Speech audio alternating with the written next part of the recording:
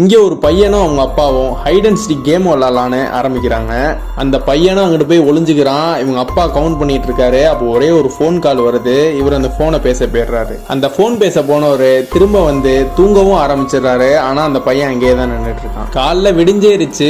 அவர் coffee குடிச்சிட்டு இருக்காரு. ஆனா அப்பயும் அந்த பையன் அங்கேயே தான் நின்றுட்டு இருக்கான். அப்படியே பல வருஷம் ஆகுது. அந்த பையனும் பெரிய பையனாயிட்டான். ஆனா இன்னும் அந்த பையன் ஒளிஞ்சுக்கிட்டே தான் நின்றுட்டு இருக்கான். அவங்க அப்பா கண்டுபிடிப்பாருன்னு. அவங்க அப்பா கடைசியில வீடே காலி பண்ணிட்டு போயிட்டாரு. அந்த வீட்டுக்கு புதுசா வேற ஒரு ஆள் வந்துட்டாங்க. ஆனா இன்னும் அந்த பையன் அங்கேயே தான் நின்றுட்டு இருக்கான். புதுசா ஒரு நாய் தான் வந்து குலைக்குது. ஆனா அங்கேயே தான் நின்றுட்டு இருக்கான். அந்த வீட்லயே நிறைய பேர் கேம்ஸ்னா வேற விளையாடுறாங்க. அந்த வீடு பாலடைஞ்சு போனதுக்கு அப்புறம் அவங்க நிறைய பேர் நெருப்பு கொளுத்தி அங்க தங்கிட்டுனா இருக்காங்க. அங்க நிறைய திருடனுங்கன்னா வந்து தங்குறானுங்க. ஆனா இன்னும் அவன் அங்கேயே தான் நின்றுட்டு இருக்கான். கடைசியில் அந்த வீட்டையே இடிச்சுட்டானுங்க. ஆனாலும் அங்கேயே தான் அவன் நின்றுட்டு இருக்கான். வயசு கூட அவனுக்கு ஆயிடுச்சு. அதுக்கப்புறம் தான் தெரிய வருது இது ஒரு விளம்பரமா.